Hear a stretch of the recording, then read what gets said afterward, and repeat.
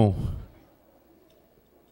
eu inicialmente gostaria de agradecer à organização, em especial ao Sebastião e a Suzana, mas também a todos os outros alunos, professores que se envolveram na organização desse 7º Conexões. Agradecer em especial a organização e a possibilidade de vivenciar o que a gente vivenciou ontem, nas imediações aberrantes, em grande medida porque tem uma sintonia, que não é uma sequência, entre o que a gente ouviu na segunda-feira e o que a gente seguiu experimentando ontem. Eu acho que isso aqui é incrível, colocar o corpo na condição do conceito, experimentar o conceito de imediação. Então, obrigado. Eu tenho aqui, então, a função de mediação dessa conversa com o artista Marcelo Mosqueta, a quem agradeço a presença em nome da organização, e vou ler muito brevemente uma meia página que eu escrevi para começar essa conversa com o Mosqueta, tendo em vista que o Mosqueta, desde que eu o conheci, ele tem sido um intercessor importante para as minhas conversas entre geografia, filosofia e arte. Então eu escrevi muito brevemente, é como se fosse um agradecimento público à parceria que eu venho tendo com ele.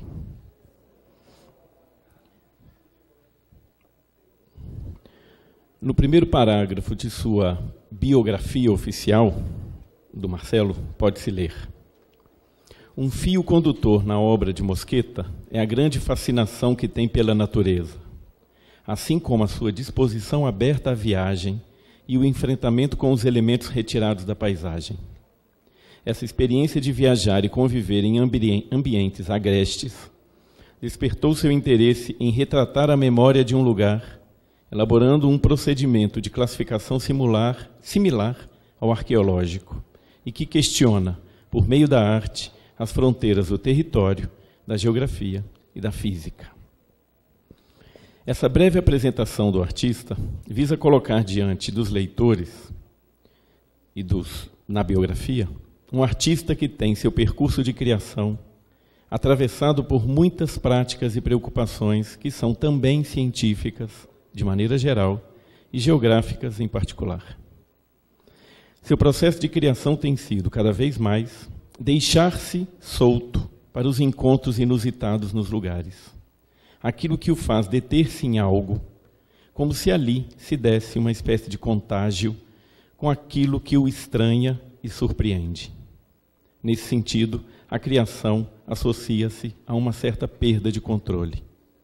Ao comentar sobre isso, numa entrevista, Marcelo Mosqueta comenta: a oportunidade de me colocar em situações em que eu não tenha o controle, uma falta de controle planejada, justamente para ser o contrário do ateliê. Porque o ateliê é esse lugar onde tudo está no seu lugar. Tudo está aqui, tudo arrumado. E isso tem me deixado cada vez mais aflito de ter o controle das coisas. Estou buscando uma coisa mais orgânica, mais solta, mais livre e completa. Quanto mais eu tenho feito essas incursões para fora do ateliê, mais tenho gostado de que o lugar me propõe, daquilo que o lugar me propõe. Mais tenho me interessado por perder esse tipo de controle. Ficar realmente numa situação onde o lugar possa me dizer por que, para mim, é isso o mais importante. O lugar me dizer algo. O que me traz uma felicidade grande como artista, como criador, é quando aquilo que você está fazendo consegue criar um diálogo com você e te falar qual o caminho. Lá, na paisagem, aqui já sou eu novamente, lá na paisagem não detenho o controle do tempo e do espaço e deixo-me assim, aberto à experiência do maravilhamento com o entorno, para o encontro com a essência do lugar. Aqui sou eu finalizando a minha introdução. O que me parece mais potente nesse processo criativo é que a tal essência do lugar a que se refere Marcelo não é, de forma alguma, algo que já estava lá, mas sim é aquilo que emerge no próprio encontro com o artista, aquilo que reverbera do atravessamento do corpo artista pelas matérias vibrantes daquele lugar, fazendo com que esse lugar desloque-se dele mesmo, apresentando-se como uma nova terra a ser habitada através das obras que ele pulsa. Outro dele mesmo, essencialmente deslugarizado. Então, é com essa pequena introdução que eu agradeço as seguidas conversas que eu tive com o Marcelo ao longo desses últimos anos e passo a palavra para ele próprio. Obrigado.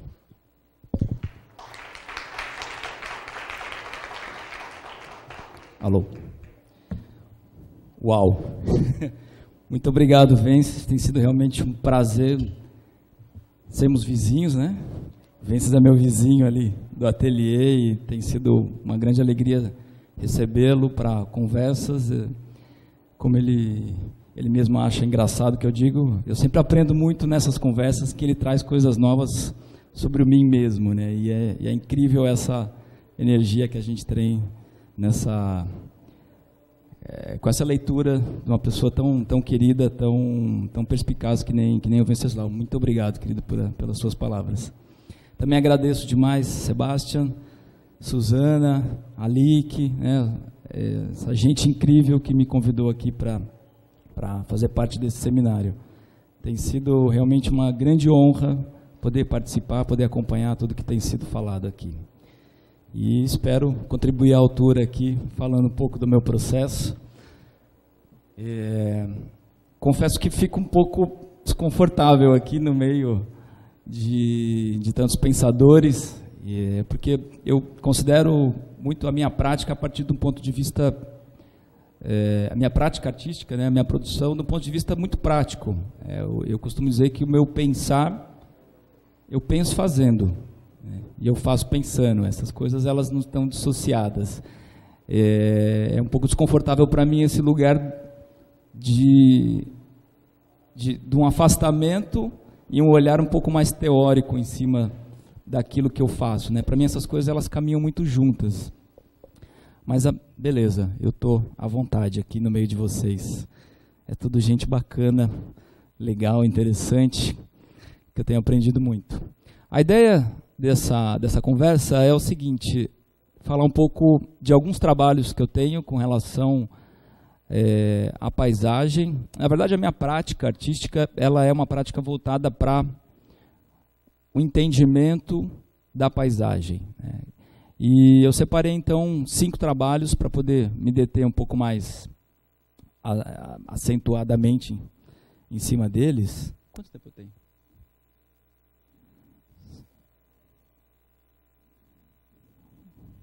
Meia hora? Tá bom. Tá, joia. Vamos tentar. Bom, eu costumo dizer, então está aqui, né? Ecologia das práticas artísticas, emaranhando naturezas e ciências. Costumo dizer que o ponto de partida das minhas obras é uma relação que eu comecei a estabelecer quando eu defendi o meu mestrado, que era em cima de um ancestral, de um avô que eu não tinha conhecido. Eu fiz todo um levantamento dessas imagens que chegaram até mim e nessa pesquisa toda cheguei ao encontro desse conto do Ítalo Calvino, do Opaco, né? Que ele diz o seguinte: o lugar geométrico do eu, de um mim mesmo, do qual o mim mesmo necessita para se saber mim mesmo. O eu que só serve para que o mundo receba continuamente notícias da existência do mundo, um engenho de que o mundo dispõe para saber se existe.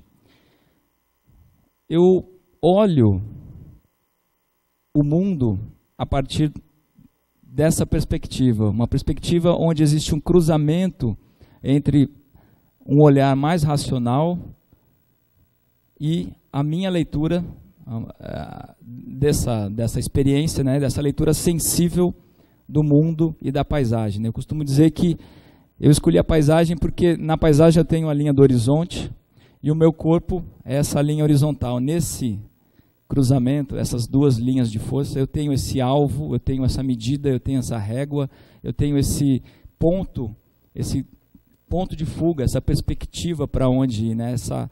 Essa junção de dois vetores em cima de um espaço, eu consigo então trazer e entender melhor o meu espaço e o espaço do mundo, né? Como o espaço do mundo afeta o meu espaço, como eu afeto o mundo e como nós dois juntos fazemos esse mundo. Então quero começar, primeiro, eu anotei alguns pontos aqui, né? Esse primeiro é o homem que se descobre paisagem. E vou falar essa primeira experiência que eu tive, que foi uma residência na Bretanha, uma bolsa da Fundação Iberê Camargo em 2007. E falar um pouco desse trabalho, né? Le Nouveau Paysage, do Parallèle 48, que a proposta do trabalho era a seguinte: eu iria passar 2 meses na Bretanha, e aí eu propus um deslocamento sobre aquele espaço, dentro desse paralelo 48. Então aqui está o mapa da Bretanha, essa linha amarela para cima é o espaço onde eu poderia me deslocar. Era uma ação muito aberta, a proposta era simplesmente viver essa experiência, viver esse lugar, e a partir daí criar relações nesse enfrentamento com o lugar, né? Deixando que esse lugar me falasse o que tem ali, o que existe, né? Para ser conversado. O que eu fiz foi o seguinte: chegar, comprar cartões postais, coisas que são muito evidentes ali na França, principalmente nessa região, e esses cartões postais foram o que me guiaram na busca desses mesmos lugares. Então eu fui em busca dessa memória que eu já tinha em imagens, né? Eu fui buscar a minha experiência nessa paisagem. Então aqui, cartões postais. Tá dando para ver legal aí? Ou melhor apagar mais a luz ainda? É? A gente pode apagar essas luzes aqui? Aí deixa só essa do meio, acho que já funciona, né? É que as minhas apresentações são basicamente imagens. Eu gosto de falar menos e deixar que as imagens falem mais por mim. Então, cartões postais como esses deram origem a uma experiência, né, a um trabalho como esse daqui, que eu chamo então, né, da nova paisagem do Paralelo 48, que é uma paisagem construída, ficcionada, né? É uma ficção sobre uma experiência de viagem. Onde eu alinho 2 cartões postais de 2 lugares diferentes dentro dessa região e crio um terceiro lugar, né? E esse alinhamento ele é feito pelo horizonte, onde eu aquarelo depois e faço eles virarem uma coisa só. E as coordenadas geográficas que estão ali embaixo são as coordenadas de um terceiro lugar, que não é o meio do caminho entre o da esquerda e o da direita. Às vezes é o mesmo lugar, é o mesmo território que é replicado, mas alinhado pelo horizonte. Tudo isso baseado um pouco nessa conversa que eu sempre tive com artistas, viajantes, naturalistas, exploradores do século XVIII e XIX, né? Alexander von Humboldt, Rugendas, o Hercule Florence e tantos outros que sempre me serviram de inspiração. Mais recentemente descobri um naturalista maravilhoso chamado Mutis, que é um espanhol que viveu muito tempo na Colômbia. Então são diálogos interessantes sobre esse abarcar a experiência da viagem de um jeito ficcional também, e de tratar a ciência também dessa forma, né? Usando essa coordenada aplicada a essa imagem. Aqui está a série toda que eu fiz, são 12 colagens. Essas coordenadas elas vêm meio que com uma ideia de validação daquilo que está sendo proposto, né? O conhecimento sensível por si só, ele é muito subjetivo, ele é muito amplo, muito aberto. Quando eu coloco um dado, uma coordenada, um número em cima disso, ele engana um pouco mais, trazendo essa cara de ciência, essa cara de racionalidade, essa cara de veracidade, né? O que é o real mesmo dessa experiência. Então, para esse projeto eu comprei um GPS, e aí ele então era uma ferramenta fundamental de trabalho, porque ele me dizia para onde, quais os limites que meu corpo podia habitar naquele espaço.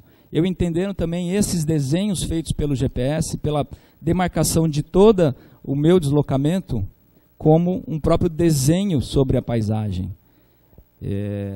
Então essa sobreposição de camadas, né, do saber sensível e do saber racional, do saber mais técnico, aplicadas juntas, formavam o conjunto dessas pesquisas. Em 2009, eu fui convidado para a Bienal de Cerveira, e a Bienal de Cerveira é numa cidade que chama Vila Nova de Cerveira, e é na beira, na margem do Rio Minho. E os fundos da casa onde eu estava, eu olhava, eu via a Espanha.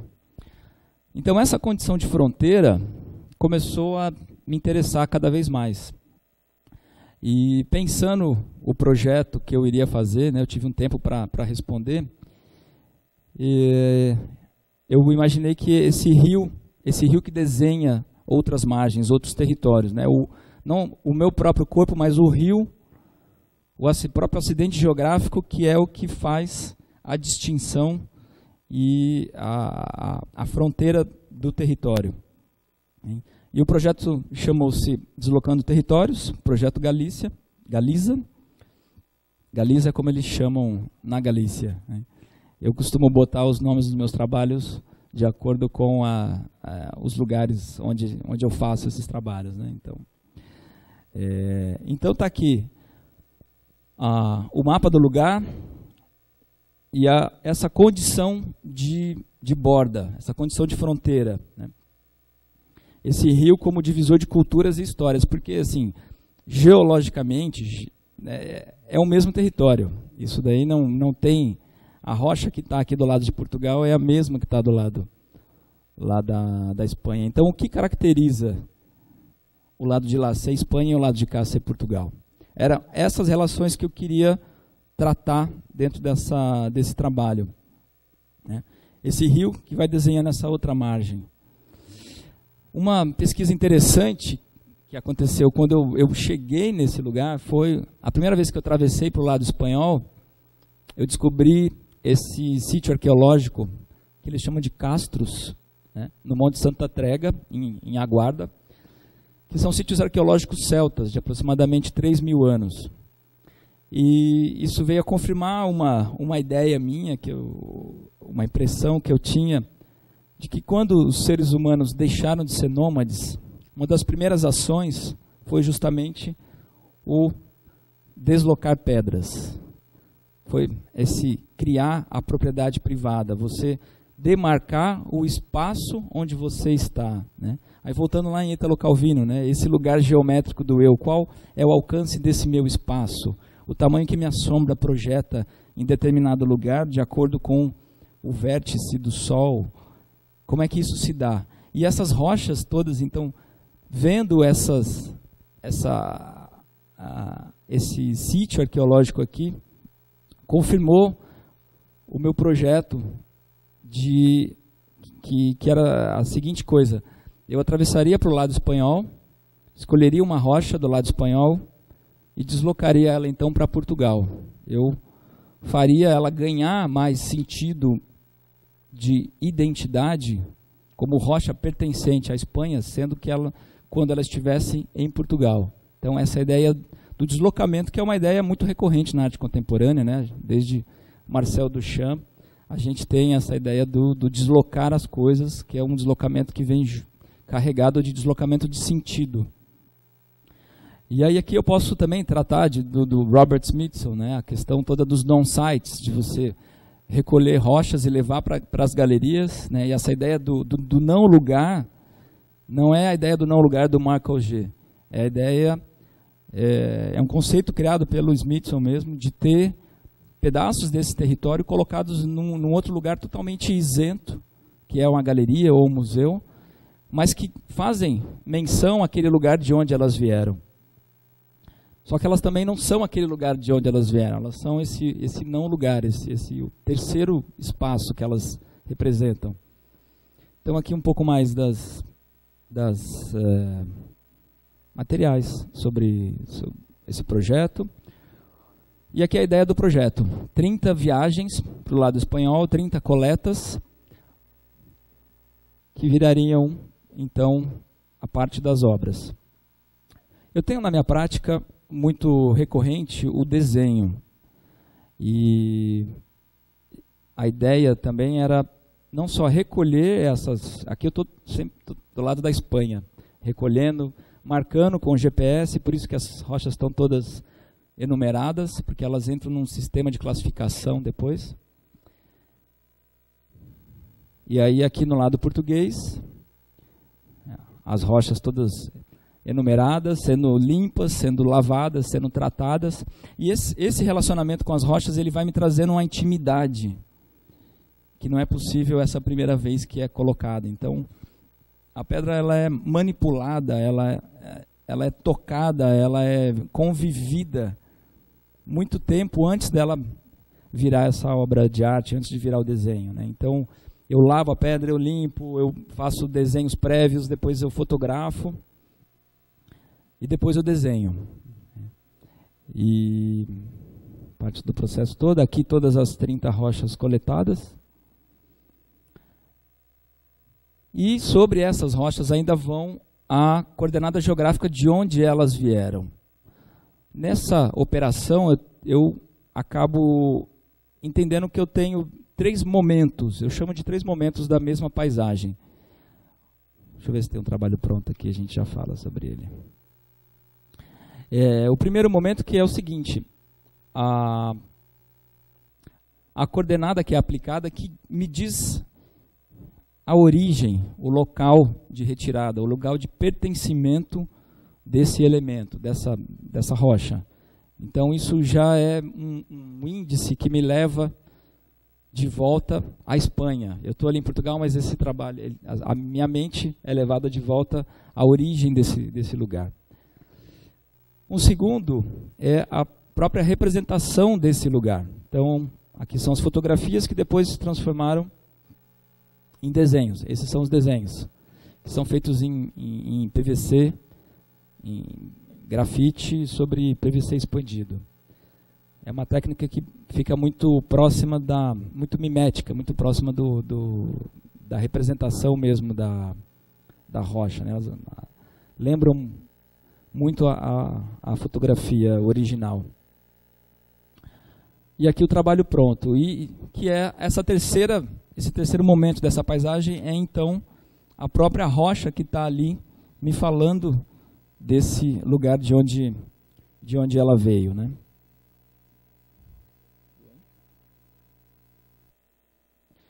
O terceiro viés dos trabalhos, que é o nome que se revela, paisagem.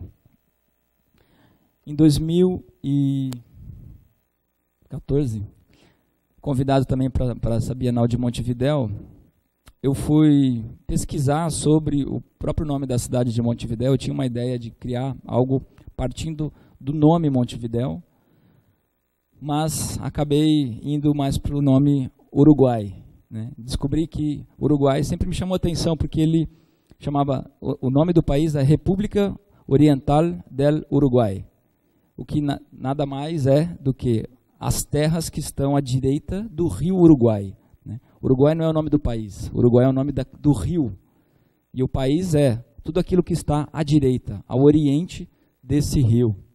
Então essa ideia me pareceu muito forte, imaginando que, como eu disse anteriormente, as rochas, para mim, elas funcionam como o DNA do lugar, né? Tudo aquilo que eu posso saber sobre um lugar está plasmado ali naquele mineral. Então, a proposta foi o seguinte, foi percorrer toda a extensão do Rio Uruguai, quando ele toca o país Uruguai, né? O Rio Uruguai nasce aqui no Brasil, mas quando ele começa ali na fronteira do Brasil, Argentina e Uruguai, no momento em que ele toca o território uruguaio, eu percorri e comecei a fazer uma coleta dessas rochas, então até a foz do Rio da Prata.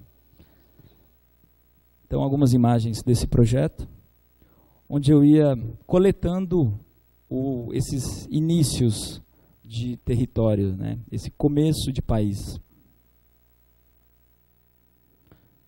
Trabalhando junto com um assistente também. Então sempre o rio ali como protagonista ao fundo. E o que acontece num trabalho como esse é uma relação muito forte também com diários de viagem. Eu costumo criar diários, anotações, faço às vezes blogs, comentários no Instagram, no Facebook, chego até a publicar alguns livros depois sobre essas experiências, porque um trabalho desse ele acaba não sendo simplesmente a instalação no final, né? Ele acaba reunindo uma série de relações que são estabelecidas com o rio, com as rochas, com as pessoas que habitam essas margens, com as histórias que são vividas ali, e eu acho isso incrivelmente rico. E é por isso a minha admiração tão grande a esses naturalistas, que é difícil deixar de lado todas essas histórias, né? Cada imagem dessa tem uma história muito interessante, muito bonita, muito profunda a respeito desse projeto, que não dá para ficar falando sobre cada uma delas aqui, né? Então aqui essas margens uruguaias, sempre com a Argentina do outro lado, né? Mas eu estando aqui do lado uruguaio. E aqui a montagem dessa obra, chamada Oriente, e que foi realizada na Catedral de São Francisco de Assis, em Montevidéu, que é a igreja mais antiga de Montevidéu, e que era um dos 3 espaços disponíveis para intervenções nessa Bienal. Um era um museu de arte, outro era um banco, outro era uma igreja. Eu falei, me dá a igreja que eu acho simpático. E foi interessante que a arquitetura ela também desempenhou um papel fundamental para a construção desse trabalho, porque ele foi feito com 1 tonelada de parafina branca. Obviamente, nas minhas primeiras visitas, olhando essa relação toda com esse elemento das velas que estão ali, né, na igreja, sempre presentes nessas construções católicas. Então aqui parte do processo de montagem, as 10 rochas coletadas, e aqui elas têm o sentido de que a primeira que está lá longe foi a primeira coletada na fronteira do Brasil, e a que está a última aqui embaixo é a última rocha do rio na fronteira na foz com o Rio da Prata. E aqui então o trabalho finalizado, né, 1 tonelada de parafina, como se a direita... à esquerda fosse esse rio imaginário que está correndo dentro desse espaço, e as rochas originais, essas rochas elementares, primordiais da construção desse território, elas dão origem então a essa tectônica, né, a esse movimento todo dessa matéria mole, moldável, né, que é a parafina, que vai então se reorganizando, se quebrando ou às vezes emergindo novamente, como se fossem movimentos tectônicos nessa criação desse território que escorre então para o lado direito, né, fazendo esse Oriente mesmo, esse quase mapa poético do país. Mais fotos aqui da montagem, da exposição, esses contrastes, né, entre o sólido e o mole, né? O duro e o mole, o líquido e aquilo que é permanente. Então, uma visão realmente poética daquilo que é o próprio território uruguaio, né? Uma vista aqui de cima, depois uma outra aqui na abertura da exposição. Um outro ponto para apontar, a velocidade das rupturas na paisagem.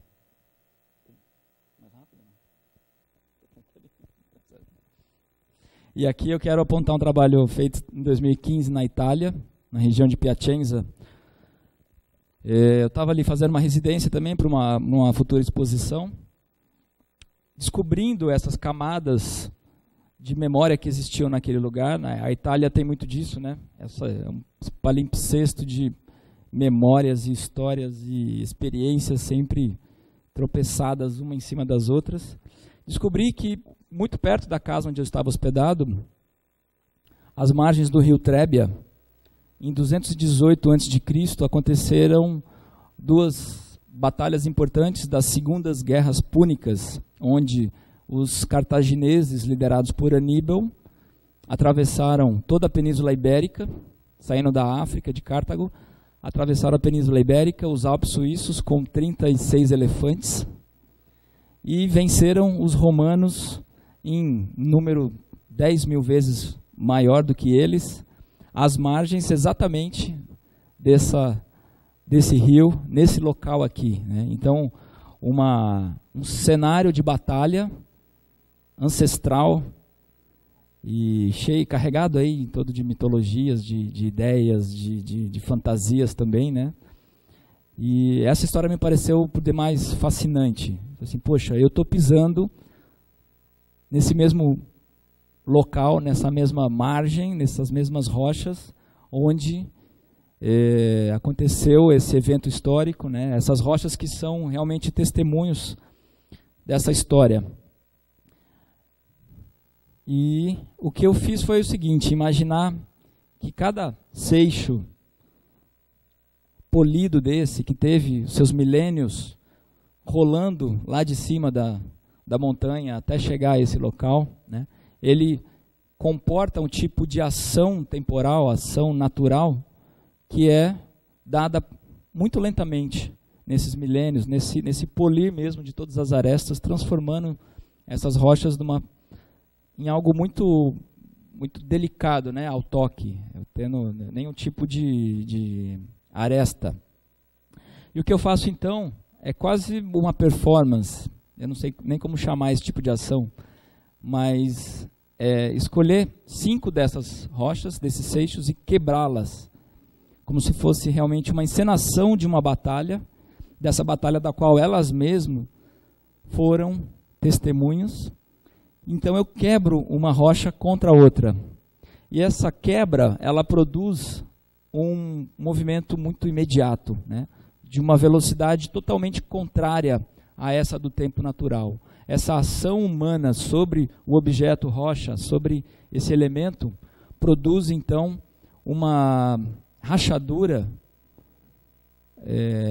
muito, muito afiada.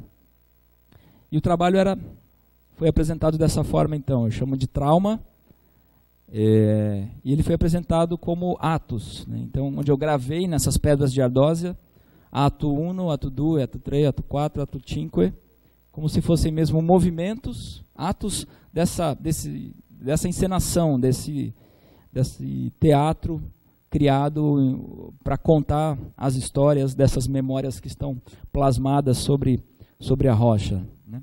A rocha também como testemunha dessas ações humanas e violentas de transformação, né? Essa diferença de transformação, velocidade de transformação sobre a própria paisagem.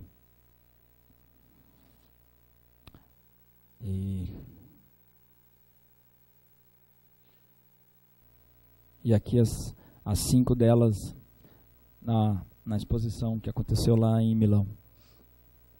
E o último trabalho que eu queria apontar, que tem a ver com a paisagem subtraída pelo progresso, que é o trabalho que eu dou o nome de Arrasto. Foi feito no Rio Tietê em 2015 também. Inclusive agora ele está em exposição no Sesc Belenzinho, se vocês tiverem a oportunidade de irem para São Paulo, numa exposição chamada Água. O que aconteceu, a minha proposta para esse projeto, que foi uma bolsa da Funarte, a bolsa de pesquisa artística da Funarte, foi usar o próprio rio como esse condutor, essa minha linha de deslocamento. E o rio Tietê nasce em Salesópolis, ali embaixo, a 22 quilômetros somente do mar, e ele corre ao contrário, né? Ele corre e deságua no rio Paraná aqui em cima. São 1.300 quilômetros aproximadamente de rios, de margens. E o meu projeto foi atravessar esse rio o máximo possível, fazendo um zigue-zague nessas margens e coletando esses pedaços de minérios que ficassem à margem. A ideia era pegar tudo que estivesse numa condição de margem, não só rochas, mas pedaço de viga, tijolos, né? A ideia era ser mineral. E então aqui estão um pouco dessas imagens, né? Essas margens que o Tietê oferece ao longo desses 1.300 quilômetros, né? Então, o que torna a pesquisa também um levantamento quase sociológico dessa relação que nós temos com o rio, com a água no Brasil mesmo, né? Que é uma relação muito, em raros casos, uma relação muito ruim, né? A gente volta as costas para o rio, ao invés de aproveitar esses recursos, a gente despeja o lixo nele. Mas essa conversa com o Tietê também tinha muito a ver com o bandeirantismo paulista, o ciclo do bandeirantismo, né? Esse ciclo de progresso que traz então essa destruição. Eu tinha feito em 2013 um projeto com um artista português para a Bienal de São Paulo. Eu acompanhei esse artista e tinha viajado grande parte desse percurso e me despertei para essa ideia de subtração, de saque, de escravidão, de roubo mesmo dessas margens. Então, a minha ideia era quase isso, era fazer uma subtração dessas margens, né? Essa coleta que, claro, numa escala da minha intervenção e a escala do rio, obviamente não produz nenhum tipo de alteração, mas que, conversando com o ciclo do bandeirantismo paulista e toda essa ideia de destruição que foi trazida através dessa visão do colonizador, né, ela fazia muito sentido. Então foi muito bonito ver um rio nascer, morrer e ressuscitar e ganhar um corpo e virar um colosso como esse, né, ao ponto de você não poder enxergar a outra margem, né. Eu até esqueci aqui, acabei editando um livro sobre essa experiência que eu chamo de arrasto. Eu trouxe 3 aqui, não tenho muitos, infelizmente, mas posso deixar com vocês aqui depois. Eu quero ler um pedaço aqui ao final. Mas esse rio que muitos paulistanos, ou até mesmo a gente aqui que vive muito perto da capital, não conhece.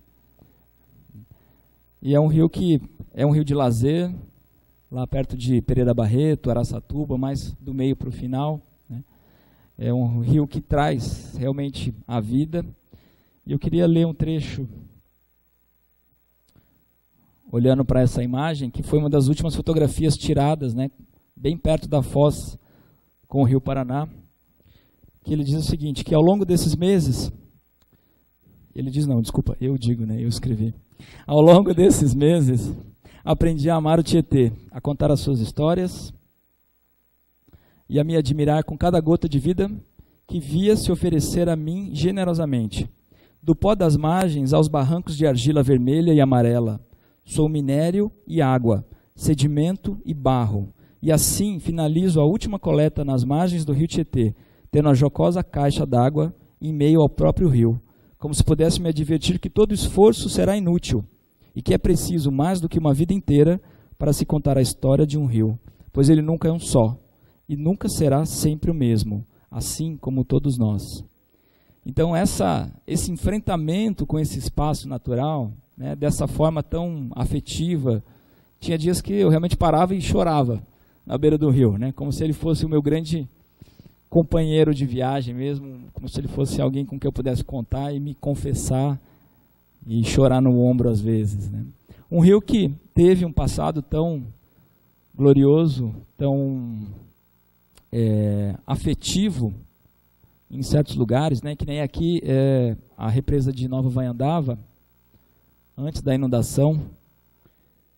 Algumas fotos históricas também. Essa pesquisa vai então nessa busca desses arquivos, dessa relação das pessoas com o rio desde os tempos dos bandeirantes, e essa imagem aqui é o salto do Avanhandava, que depois acabou virando esse desenho, que faz parte então da instalação, já vou mostrar aqui. Que também é aquela mesma técnica do desenho de grafite em cima do PVC expandido, que é uma técnica que eu não fixo o desenho. Então ele é frágil na medida que, se você passar a mão, você pode borrar esse desenho, né? Eu gosto dessa ideia de fragilidade latente, dessa precariedade que possa existir dentro dessas representações, né? Como se indicasse mesmo a limitação do homem frente ao poder do mundo natural, né? E aqui eu coloco algumas fotos do sítio Morrinhos, que eu visitei depois dessa pesquisa no Tietê, que eu fui convidar a arqueóloga da cidade de São Paulo para fazer um diálogo no lançamento desse projeto. E aí eu acabo descobrindo que muitas das aproximações e das metodologias de pesquisa realizadas na arqueologia, elas são muito próximas daquilo que eu tenho como prática artística, né? Então isso tudo são peças escavadas ali no centro de São Paulo, a maneira como eles são organizados. E aqui eu coloco uma fotografia do meu ateliê. Uma maneira que eu tenho de classificar, de juntar, de lavar essas pedras, escrever sobre elas, né? Os primeiros testes para essas estantes. E algo que eu quero salientar aqui também é essa aproximação que eu tenho com a estética da ciência, né? Eu tenho um pai que é professor aposentado de botânica, né? E sempre convivi nesse ambiente universitário com a ciência, vendo tecidos vegetais pelo microscópio e tendo então essa outra abordagem micro da paisagem. E quando eu digo que eu gosto da ciência, eu gosto da maneira como a ciência organiza as coisas, é simplesmente uma questão estética, né? A forma como isso é colocado, né? Aqui é o trabalho como foi apresentado finalmente, as estantes que eu criei para isso, até numa ideia de ter um diálogo com algum museu de geologia e poder propor algumas soluções para uma apresentação mais efetiva e mais esclarecedora dessas coletas, né? Algumas fotografias também tiradas para organizar todas essas coletas. E aqui a obra então apresentada, onde tem-se do lado de cá a margem direita do Tietê, com as coletas no sentido de fluxo desse rio mesmo, da nascente até a foz, e do lado de lá a margem esquerda e ao meio, né, essa imagem de um rio que é somente fluido, né? Eu represento somente a água e o céu e as nuvens. Não tiro qualquer representação de rochas e de elementos sólidos que possam haver ali naquela imagem. Isso compõe então parte dessa obra. Aqui mais as coletas, um pouco mais detalhadas. E uma segunda montagem aqui no MAC de Campinas desse ano. Eu acho que é isso, já passei do meu tempo, vou passar a palavra. Muito obrigado.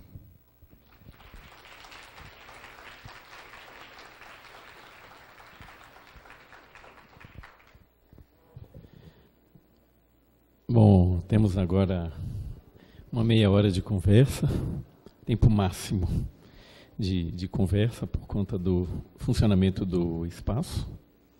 E quero, antes de passar a palavra para vocês, agradecer ao Marcelo e dizer uma única coisa. Assim, fico muito feliz de ouvir você, ao longo da sua exposição, apontar como é que as pedras que começaram por delimitar espaços, seu trabalho, de alguma forma, vai criando deslimites para elas, ao conectá-las com um monte de outras coisas.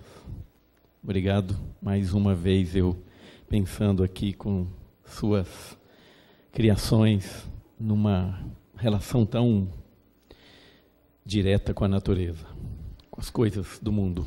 Um rio em devir pedra, pelo menos foi assim que eu fiquei vendo vários desses rios que o Marcelo foi trazendo para a gente, deixando de ser água e ser pedra. Vamos lá. Tem que passar a palavra antes que eu fale.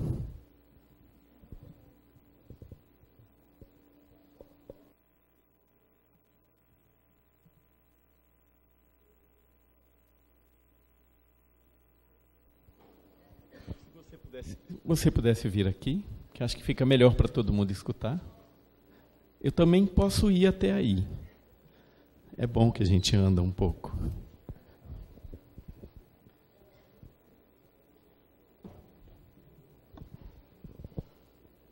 Obrigada. Olá.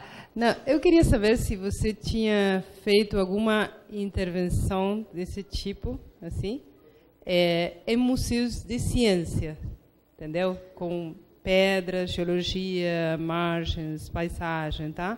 Mas em museus de ciências. Dentro dos próprios museus de ciência, você quer dizer? Não. Estou aguardando aqui que me chamem, podem me chamar. Estou disponível e muito afim de fazer esse tipo de abordagem, de conversa. O que eu tenho feito é participar de algumas residências onde existe esse cruzamento muito forte entre arte e ciência também, né? O ano passado eu participei de uma chamada Lab Verde, que foi em Manaus, e nós ficamos 15 dias na sede do INPA, dentro de uma floresta, conversando com cientistas de várias áreas, né, pesquisadores lá do INPA e fazendo então esses cruzamentos. É uma parceria interessante que o Lab Verde está estabelecendo com eles. Em 2013, não estou lembrado bem agora, eu fui convidado para fazer uma intervenção no Museu Emílio Guild, em Belém do Pará, né? E foi muito interessante fazer esse trabalho, porque quando o curador me convidou para participar, era o Salão Arte Pará, e a exposição ia ser dentro de uma das sedes do museu. Eu lembrei que a primeira pessoa que me falou sobre esse museu tinha sido meu pai. E ele falou: eu sei que lá em Belém do Pará tem esse museu, Marcelo, é incrível. E eu fiquei com aquilo na cabeça. Então, quando o Ricardo Rezende, que era o curador, me convidou, eu falei: Ricardo, eu posso convidar um cientista para trabalhar comigo? Ele ficou empolgado, falou: poxa, que ótimo, quem é que vai ser? Eu falei: é meu pai. Então, nós fomos para lá mesmo, porque meu pai nunca tinha ido a Belém. Então, nós fomos juntos e passamos uma semana fuçando nos arquivos e criamos uma obra a 4 mãos, né, chamada Linnaeus, que tem a ver, então, com Carolus Linnaeus, né, que é o pai da nomenclatura científica, né, e tirando esses 2 exemplos, eu não tenho outros, não, mas gostaria muito de continuar esses cruzamentos, que eu acho... Tem algumas parcerias, que nem com a Geologia da USP, uma obra que eu fiz para o MAN de São Paulo. Eu precisava de uma análise e aí eu criei então uma conversa com a parte da geofísica, uma pessoa que eu tenho contato lá na geofísica, mas enfim, são coisas muito pontuais. Eu gostaria de ir até mais a fundo nesses temas.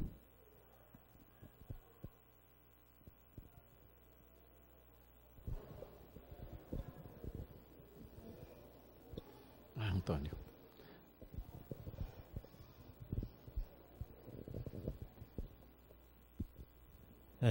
Mosqueta, primeiramente, muito agradecido, sou um fã nato do seu trabalho e cheguei um pouquinho atrasado E eu não sei se você falou um pouquinho do ateliê aberto que você fez em Campinas, que é o título Erosão Diferencial, que tem um pouco a ver com a pergunta da amiga, sobre essa relação também educacional, né?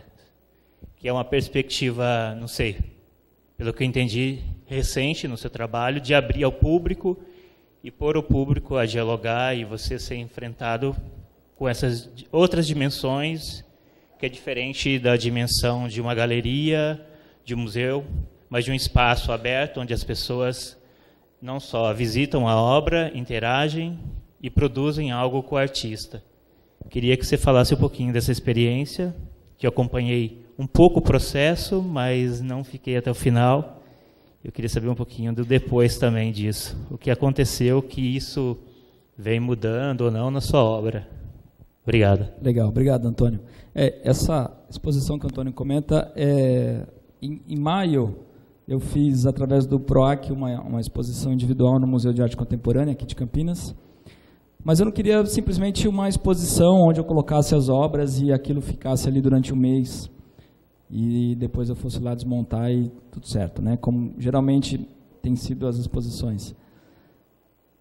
O que eu fiz foi usar obras que eu já tinha, obras grandes, que nem essa aqui, por exemplo, essa exposição é lá no MAC, e ocupei grande parte do museu, e a última sala desse museu ela foi ocupada com um ateliê, onde eu levei tudo, o meu ateliê, os meus equipamentos, a minha mesa, meus materiais todos para dentro desse museu, e durante o período da exposição, ao invés de ir para o meu ateliê, eu ia para o museu, e eu produzia dentro do museu, né, uma nova obra, né, que eu chamei de Erosão Diferencial. Era uma obra que estava começada, mas eu não sabia muito bem para onde ir com ela. Então eu resolvi levá-la para o museu, ela foi o pivô dessa exposição. E o que acontecia de interessante? Eu convidei artistas, estudantes, amigos, quem quer que estivesse por ali, para participar comigo desse ateliê. Então a ideia é que fossem levantadas questões ali diariamente, que fossem friccionados, fossem erodidos esses conhecimentos nesse espaço. Então,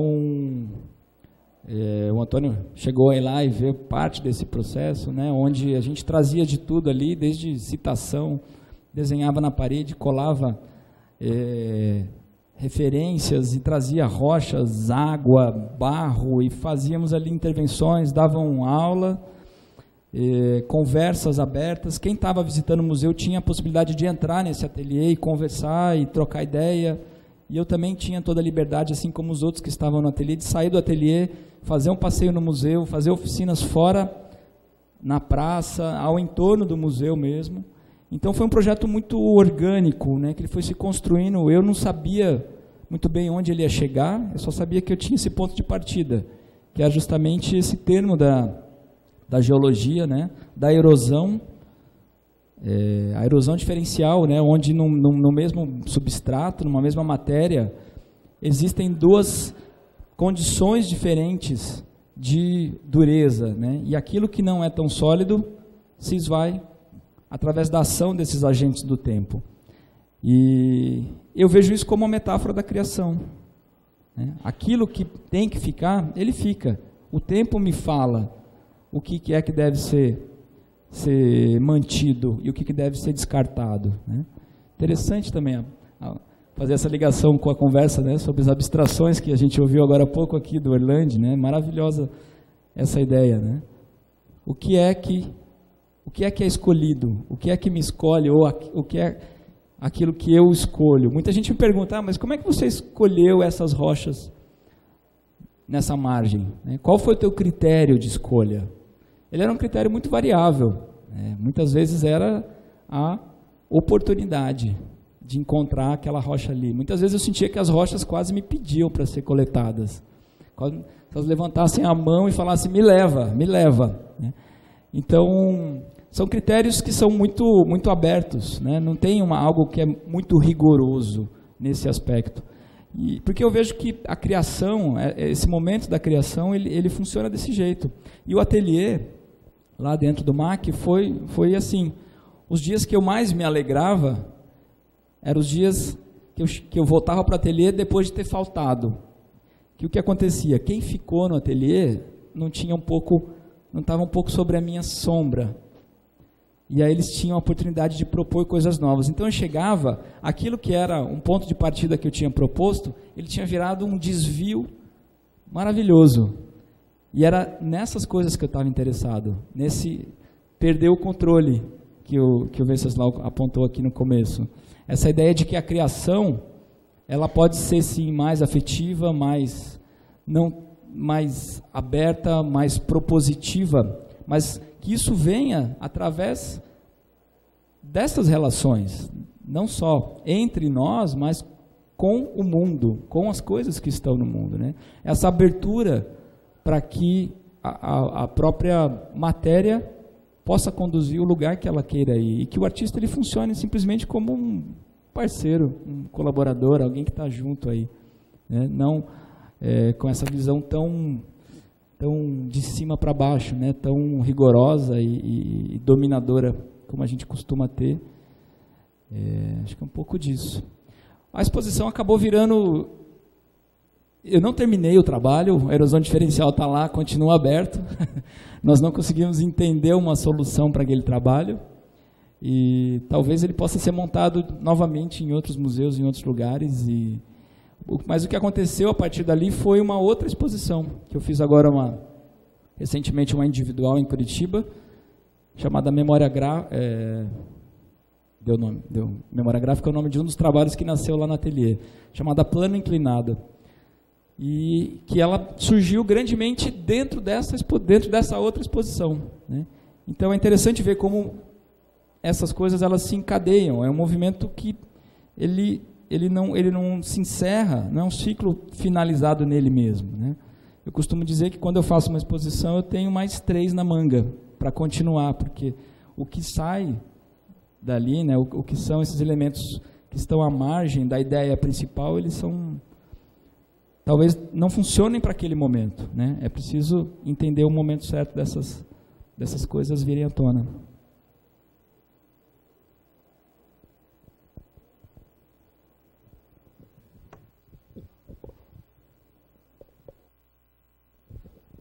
Mais alguém ali?